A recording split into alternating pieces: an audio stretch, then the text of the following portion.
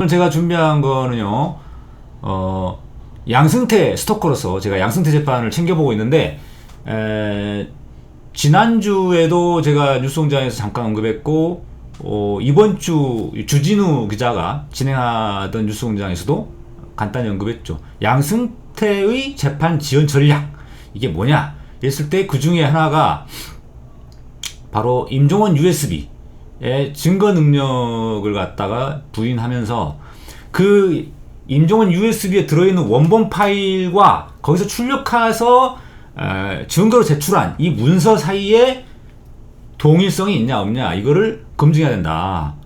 근데 그 문서가 도대체 몇 장이냐? 무려 1140여 개나 됩니다, 여러분. 1140여 개나 되는 파일을 다 일일이 법정에서 하나하나 다 이 동일성을 조사해야 된다라고 주장한 거예요. 근데 그 주장을 누가 했냐면 양승태가 한 게 아니고 박병대가 했습니다. 박병대 피고인이. 결국 뭐냐면 양승태가 내가 나서리? 내가 대법원장까지 했던 사람이 내가 나서리? 뭐 이러니까 박병대 대법관이 네, 제가 총대 매겠습니다 하고 딱 그 문제제기 한 거죠. 예. 그렇게 해서 조사를 다 일일이 해봤는데 문제 없더라 라고 오늘인가? 오늘이 28일에 오늘 우리 양승태 재판을 담당하시는 재판장님께서 딱 명쾌한 결정을 내려주셨어요. 한마디로 박병대 피고인과 양승태의 재판 지연 작전이 일단 실패로 먼저 돌아왔습니다. 되게 황당했던 거는 이 1140여 개나 되는 그 파일을 검증하자고 하는 거는 임종원조차도 그렇게 안 했던 작전이었어요. 임종원도 쓰지 않았던 작전이에요. 그런데 이 사람, 박병대라는 사람이 그걸 썼다 이거죠. 그래서 그 부분을 제가 지난번 월요일 날 부산재판 갔다 오는 KTX 기차에서 제가 간단히 말씀을 드렸는데, 오늘은 좀 기사를 보면서 좀 말씀을 좀 드리도록 하겠습니다.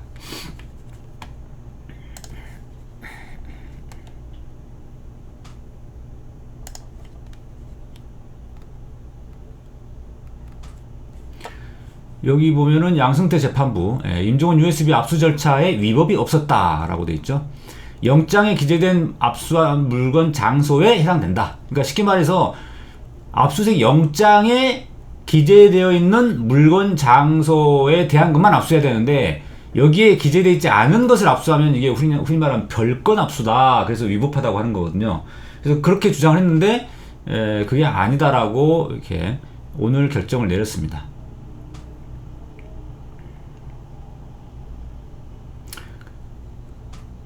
특히나 이제 재밌는 게 뭐냐면 임종원 USB 관련해서 작년 8월 달인가 그 무렵에 이거 압수수색하고 막 그때 당시에 이 임종원 USB가 임종원 사무실에 뭐 여직원 가방에서 압수했다 이렇게만 나와가지고 이게 도대체 임의 제출한 거냐 아니면은 실제로 그냥 발각돼서 압수 당한 거냐 말이 많이 있었는데 이번에 확인해 보니까 임종원이 자기 주거지에서 자기 주거지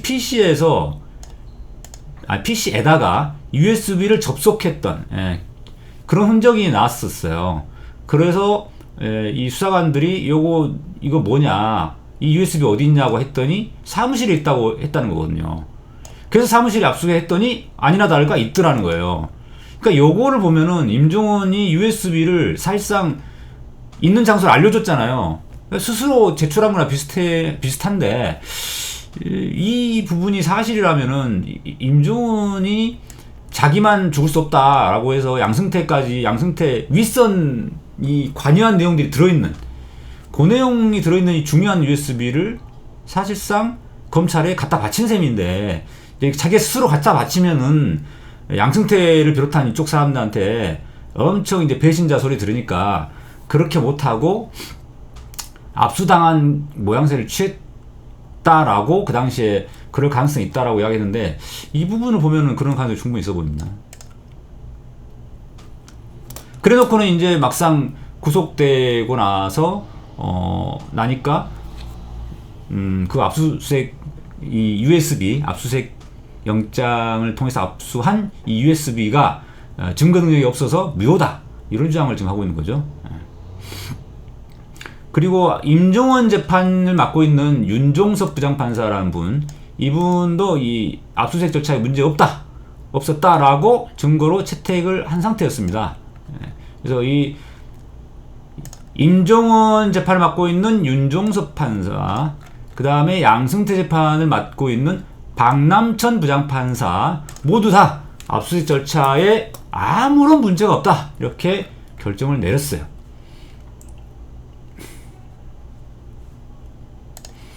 그런데 되게 웃긴 거는 요번 월요일날 제가 KTX 타고 오면서 말씀드렸듯이 양승태의 재판 지원 전략은 이렇게 자기가 직접 나서지 않고 자기 밑에 꼬봉을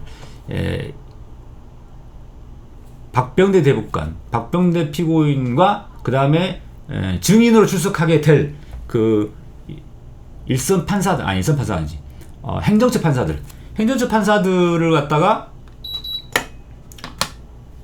그들로 하여금 증인 신문에 안 나오게 해가지고 재판을 지연시키는 전략을 짜고 있었는데, 그만큼 전방위적으로 양승태를 호위하는 호위무사들이 지금 호위 변론 이렇게 많이 하고 있어요.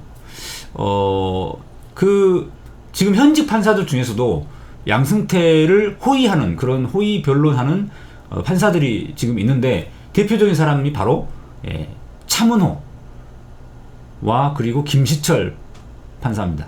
여러분들 차문호 판사 잘 아시잖아요.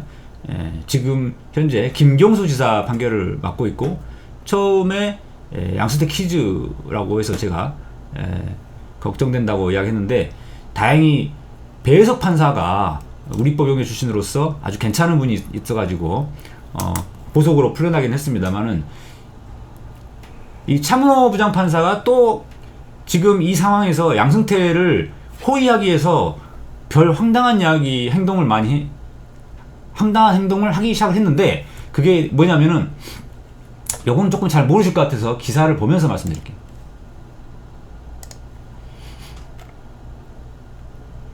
위법한 압수수색 근절해야 된다, 이 근절이라는 표현을 쓰면서 서울고등법원에서 수상한 띄우기를 하고 있다.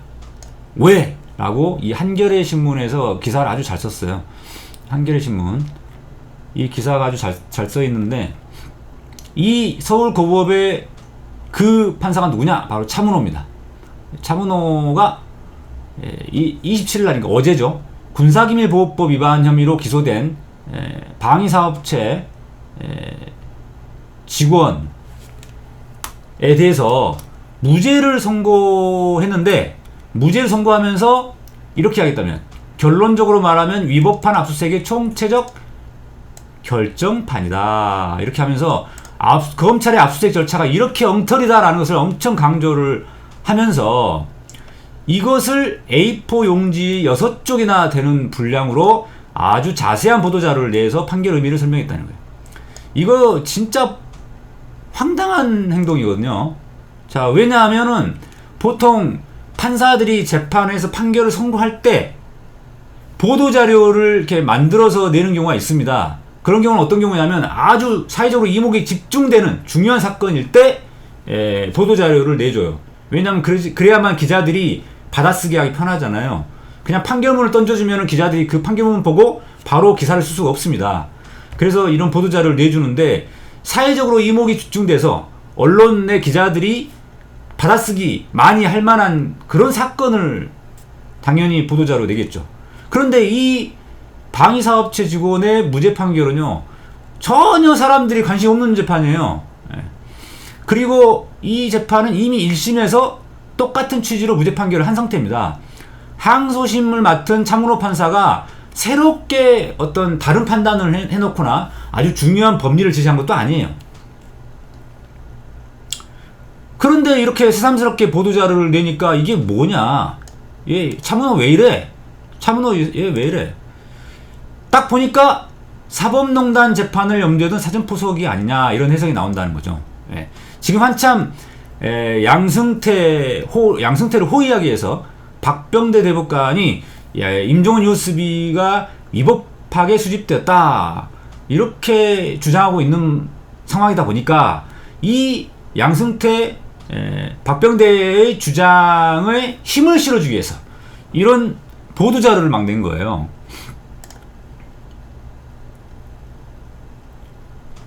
사회적으로 주목을 끌지 않은 사건에서 해당 재판부가 보도자료를 내면서 자화자찬하는 경우는 드물다. 그죠? 그리고 이렇게 상세하게 6장짜리로 쓰지 않아요. 보통 1장이나 2장짜리로 합니다. 왜? 그래야지 기자들이 받아쓰기 편하잖아요. 6장 넘어가면 그것도 많아요. 자, 그리고 이 사건은 너무 당연한 판단이었어요. 이 사건의 경우는 범죄와 전혀 관련 없는 정보를 선별하지 않은 채 컴퓨터 외장하드를 그냥 통째로 가져와 버렸거든요. 그러니까 이 외장하드를 통째로 가져오다 보니까 이 안에 압수수색 영장에 적힌 혐의와 무관한 자료까지 막 다 했을 거 아니에요. 그래서 요거는 명백하게 압수수색 위법한 거거든요. 임종원 USB 압수수색 절차하고 전혀 관계가 없어요. 달라요. 사안이 다르다는 거죠. 전혀 사안이 다른 걸 가지고 이거는 너무 명백한 거니까 당연한 걸 가지고 아주 대단한 새로운 어떤 중요한 자기가 판결한 것처럼 이렇게 상세하게 보도자료를 낸 겁니다. 왜? 양승태 박병대의 이 주장을 옹호하기 위해서, 힘을 실어주기 위해서. 그래서 역할 분담한 거냐? 역할 분담을 했냐? 도대체? 그래서 곳곳에서 호의 변론이 일어나고 있다. 판사들이 변론을 하고 있어요. 변론은 변호사들이 하는 건데.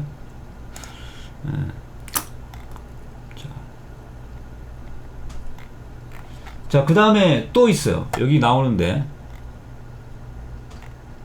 여기에도 보면은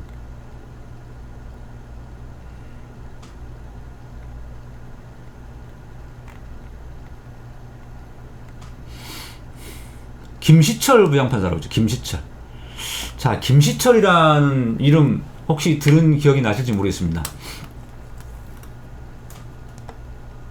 일단 김시철 판사에 대해서 간단하게 설명을 좀 드리고 시작하자면 약간 생소할 수 있는데 김시철 판사가 누구냐?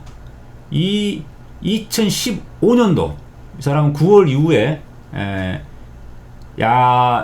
원세훈 국정원장의 선거법 위반 대법원 판결이 난 후에 거기서 파기환송이 됐는데 그게 파기환송이 되면 2심으로 돌아갑니다. 그럼 2심으로 돌아갔을 때 어떤 재판장이 맡았냐? 그 김시철 판사 맡았어요. 그래서 이 김시철 판사가 계속 그 검찰의 공소장에 문제가 있다 막 이러면서 되게 편파적으로 재판 진행을 막 했죠. 그런데 다행스러운 게 그때 배석 판사가 아주 괜찮은 사람이었어요. 그래서 배석 판사가 계속 반대하고 그래가지고 김시철 부장판사는 그 대법원의 파기환송 취지에 따라서 이 선거법 위반에 무죄를 선고하려고 했던 거예요. 그런데 배석 판사가 막 반대하고 그러니까 이 선고를 본인이 못하고 그냥 재판을 질질 끌기만 하다가 2017년 2월 달에 인사이동으로 인해 가지고 바뀌었거든요. 이 김시철 판사도 대표적인 소위 말하는 왕당파입니다. 왕당파. 이 김시철 판사는 차문호 판사처럼 행정처 근무는 안 했어요. 그래서 행정처 출신은 아닌데 하지만 굉장히 생각이 보수적이어가지고 거의 행정처 양승태의 어떤 지휘 감독에 아주 철저히 잘 따르는 코드를 잘 맞춰서 잘 따르는 그런 스타일이죠. 그래서 이 김시철 판사가 그 당시에 원세훈 국정원장 사건에서도 그렇게 행동을 했는데 사실은 배석 판사 덕분에 그 무죄 판결을 막았단 말이죠. 그래서 김시철 판사도 사실은 사법농단 관련자인데 증거가 명확하게 나온 게 없어요. 그 사람에 대해서는. 그러다 보니까 이 김시철 판사가 막 방방 뜨는 거죠. 이 사람이 26일 날 법원 서울 고등법원 전체 판사한테 자기가 뭐라고 전자우편을 보낸 거예요. 메일이죠. 메일을 전자우편이 하니까 되게 이상하네. 메일을 보냈습니다. 갑자기 이건 또 뭐야? 네. 그래가지고 뭔 내용을 보냈냐? 권성동 무죄 판결 중에 1심 재판부가 위법 수집 증거를 지적한 부분을 아주 잘된 판결이다, 이런 안내한 내용을 이야기한 거예요. 아니, 이 판결은 자기가 판결 선고한 것도 아니고 뭐 자기하고 아무 무관한 그런 판결문을 콕 집어서 칭찬하는 메일을 돌린다. 이 되게 웃긴 거죠. 뭐 그야말로 오바는 오바. 이 사람 왜 오바를 하느냐? 자기가 그때 원세훈 사건 때 행정처와의 교감했던 사실이 이메일 압수수색으로 드러난 바가 있습니다. 그때 법원 내부 통신망에 이제 자기 변호 글을 올렸었고, 그러자 이 사람이 위법 수집 증거의 무죄 선고를 막 알리고 그런 행위에 나선 셈이죠. 좀 더 자세하게 들어보면 김시철 판사가 뭐라고 했냐?